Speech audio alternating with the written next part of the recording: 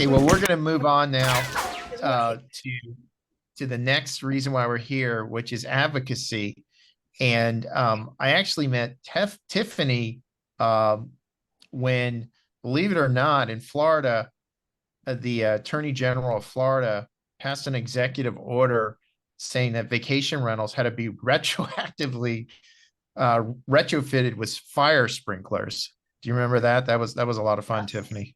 Yes, that was. And you were probably one of maybe 10 people that were even aware that that was happening. Yeah, yeah, that was bad. So, Jeannie, I've been in the industry a long time, and we got to know each other through VRMA, but the Panhandle was not really involved in advocacy, and I was on the board of FVRMA, Florida Vacation Rental Manager Association, and I remember we could not get participation from the Panhandle. And actually, our board member was out of Myers, which is mostly Alabama. And literally, we got a law passed in 2011 that the state couldn't that the state preempted vacation rentals and local governments couldn't ban it. And then it was amended in 2014. And I mean, even then, the Panhandle was uninvolved. So can you tell me, because you're from the Panhandle, why was there so much apathy from the Panhandle about getting involved in advocacy? Well, Stephen, I'll apologize to you that I didn't get involved at that point in time, but there is complete apathy on this from this area, and I'm one of the few. And then some of the guys from Southern, and actually Lino, who's now with Be Home 24/7 and was with Resort Quest before they became Vacasa. So there were a couple of us that were doing advocacy here in our local market. Way back in 2003, I went through a whole big ordeal with the city of Destin trying to prevent vacation rentals here in our area. And vacation rentals, we have a few more hotels now, but vacation rentals were all we had. So I think I got a little burnout after that, and I left it to you to handle the state in 11.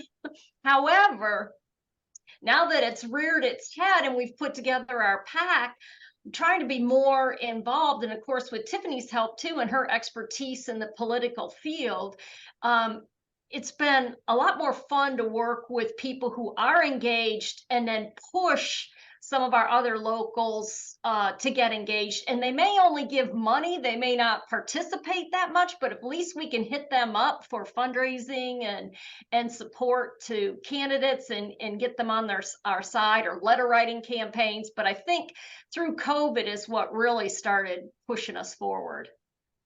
Right. So let's talk about that. So for those who don't really understand the Panhandle, and it's a very large area from New Mexico Beach all the way over to Orange Beach, Alabama. There's well over 100,000 vacation rentals. It's probably one of the biggest, most dense areas of vacation rentals. And then obviously 38 Destin has, homes that rival the Outer Banks in terms of revenue. And we have bigger seasonality down here. But when I was facing issues with local government, and I was trying to rally large companies in the Panhandle, because there's large companies in the Panhandle, I was told it would never happen in the Panhandle. Like what you're facing with these retired people who want to ban vacation rentals, it will never happen here. Because tourism's our biggest or second biggest industry here, and we'll never see vacation rental bans ever. And then obviously you touched upon it. COVID-19 happened, and hotels were allowed to open, timeshares were allowed to open, bed and breakfasts were allowed to open, which is kind of crazy if you think about it. And then, but vacation rentals were told you could not open. And Jeannie, what happened then at the Panhandle? What changed that during COVID-19, and how did it affect some of the larger companies in the Panhandle? Well, we were all desperate to get reopened, and we kind of worked together as a group. And truthfully, they started trying to put in some additional restrictions. They did in the city of Destin. And Tiffany's the one who reached out to you and got us some really good advice, gave us some good tips of how we should handle the city and to not go through what you'd gone through in Flagler County. And sometimes you gotta lose a battle to win the overall war, and we worked on some of that. But COVID, we worked together as a group, and we actually steered away from some of the advice that other groups were giving. And fortunately, Tiffany grew up with the governor's he was his attorney, his personal attorney, to help we found every hotline we could to the governor to get reopened. But it gave us an opportunity here at Newman Daily. We changed our entire business model during COVID. And it has been so lucrative for us to make all the changes that we did. And we spent the time implementing new software systems and enhancing the utilization of the software systems that we had, like Breezeway and Key Data. But it was a concerted effort. And I know the three of us were working hard on it here in Florida. And we had some other people reaching out to the governor's office. And then we got our local TDCs involved too, when they came up with those cleaning specifications, that we got our county commissioners to agree to those and send the letters out immediately. And then we've been drinking from a fire hose ever since.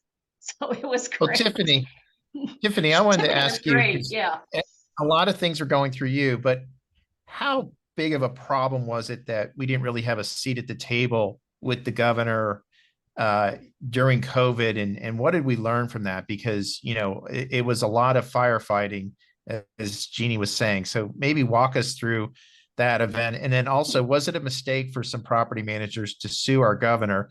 Did that have an adverse effect? I think we can get into litigation, later, because Steve, you and I have had this conversation many times. You don't litigate until it is your only last opportunity. And I think that kind of even going back to why did the Panhandle not get involved? It's very similar to the rest of the country that we've seen, is that we're relying on others to be our voice. And so we were unique in our area. We have had historically very strong leadership. So our legislators for our area, or even heads of state agencies, have historically come from the Panhandle. And so we just had assumed that we had built these relationships and that they would carry our message through. The problem is that we were very quiet of what our industry was. And through COVID, and even prior to that, as the increase of Airbnb and Vrbo and the exposure of the vacation rental accommodation sector has grown, the visibility has grown, and the opposition has grown. And so having someone else be our voice and relying on that was completely detrimental. And I think it's because then you have to rely on someone else educating what it is that you do. And that was what we came across. And I've said this many times over, but most legislators, even from our area, or even just local elected officials, don't understand what it is we do. And even more so now, because they think that you just put a property on a listing site and you don't go in or touch that home again. And so a lot of education is needed. But if we don't have a seat at the table, we are then defined by any other group who is at the table, and they are outspending us. I mean, it's Steve, I mean, we've talked about these numbers before, and I don't have them in front of me, but the last, prior to this election cycle, before we got in, we were seeing some groups spend over $1 million a year in the election cycle, and us not, right? They get back open, we don't. So it's education, it's spending some money, but it was definitely detrimental for us to not be at the table. Okay, so we all kind of firefought. We got together, and we finally were able to get the attention of the executive office, and Governor DeSantis ultimately allowed us to reopen on Memorial Day weekend, which that was helpful. But the other thing that came out of this is we said we've got to prevent this from happening ever again, because clearly we did not have a united voice. We didn't really have a seat at the table. So then we asked the larger property managers in the state of Florida if they would support a state organization. So Tiffany, talk about the origin of that state organization, the PAC, and how important it is to have a lobbyist representing us, the larger property managers, in terms of having a voice in Tallahassee. Yeah, so we're past the point where we have to just focus locally, and locally we are only at the hands of the next election cycle. Steve, you know just as well that if you get something into the state legislature and get it passed and have uniformity across counties, and several of us operate in many different counties, that's going to stick a lot longer than, 4 people or 3 people deciding to pass something locally. So it was important for us as we got together to realize that there needs to be influence and education just at the state level. But that shouldn't be where we're coming together to form education. We know what it is that we do. We have other resources for education on the industry. Our main purpose and to have the PAC is to make sure that we support elected officials who support us. And then we have not only a seat at the table, but we have access and can provide education and data. But we also have a pulse then too on what the questions and concerns are and what may be coming down the pipeline. And we can be that resource of education as to how we should respond, or how maybe we should change or work together for a fair and balanced regulation. And that's not even including bans. That's taxes. That's many things, HOA that may hit us that people don't recognize. And so there's a much larger effect, but we believe that a PAC situation and a lobbyist at the state capitol is the most effective use of funding and of our time. Right. So what we did is we formed a coalition.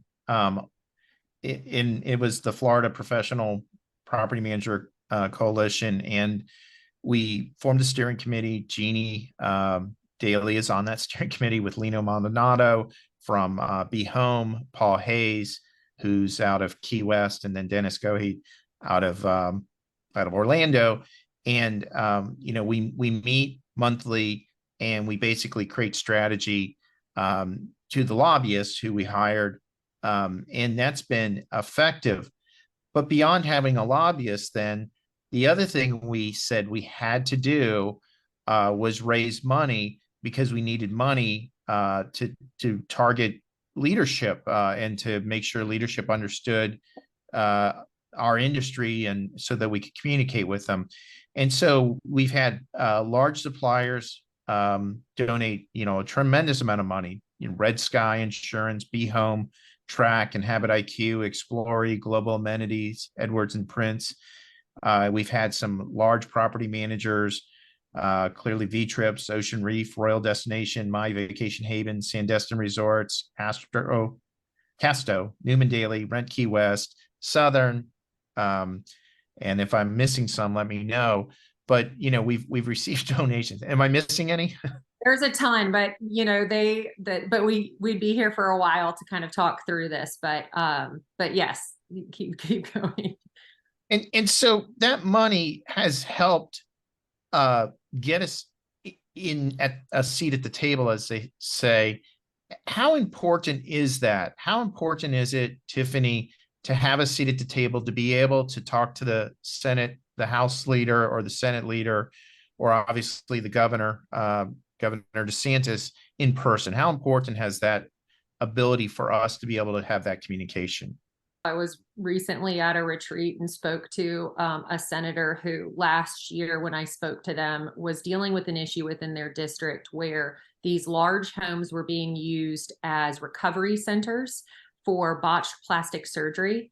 And they were having a death every 6 weeks, and there was no regulation on that. And so that legislator really wanted to come down on trying to figure out some other higher regulations for our industry. We were able to talk, or I was able to talk through and, develop some type of relationship of, this is not what we would agree to, and talk through her concerns.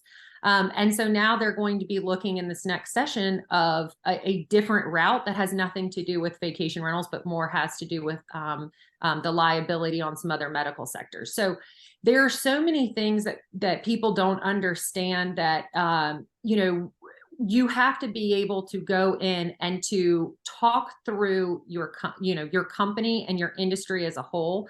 The other part that's really important and that we've really tried to focus on is that our property managers are first and foremost, because they're the only individuals who can understand how a regulation or legislation can affect the operations.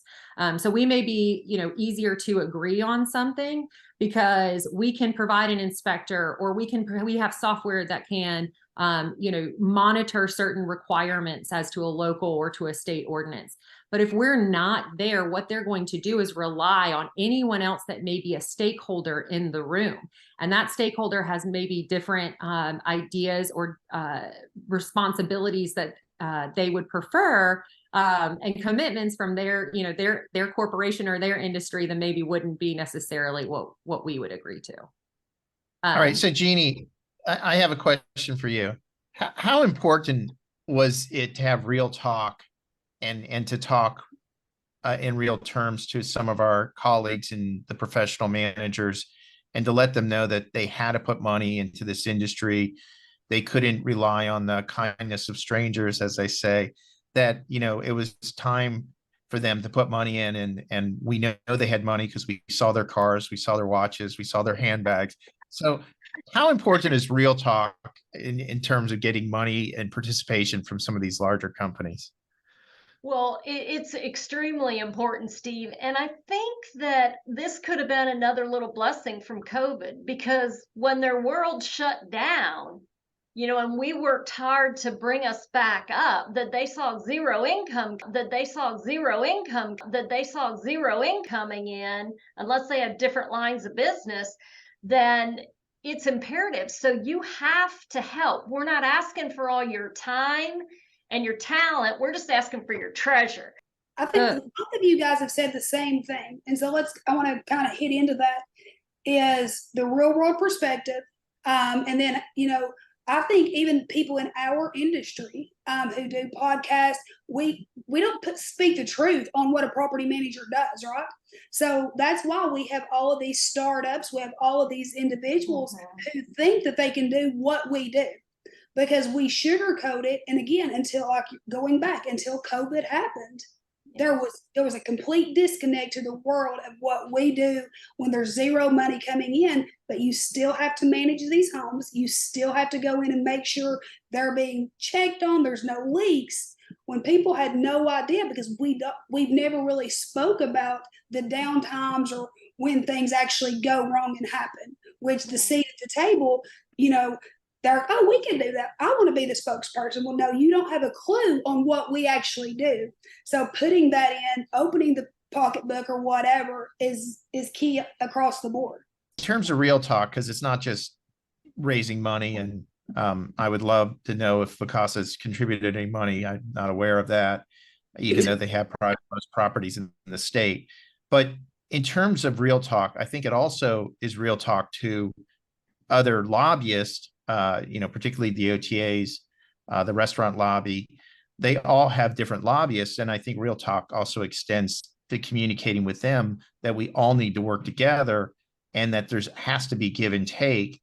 It can't just be a one-sided if we're going to get stuff passed. So can you talk about how important it is to have real talk either at the fundraising, the messaging, the communication, or collaborating with powerful OTAs and hotel and restaurant lobbyists to make sure that we all join together and get things through the House and Senate?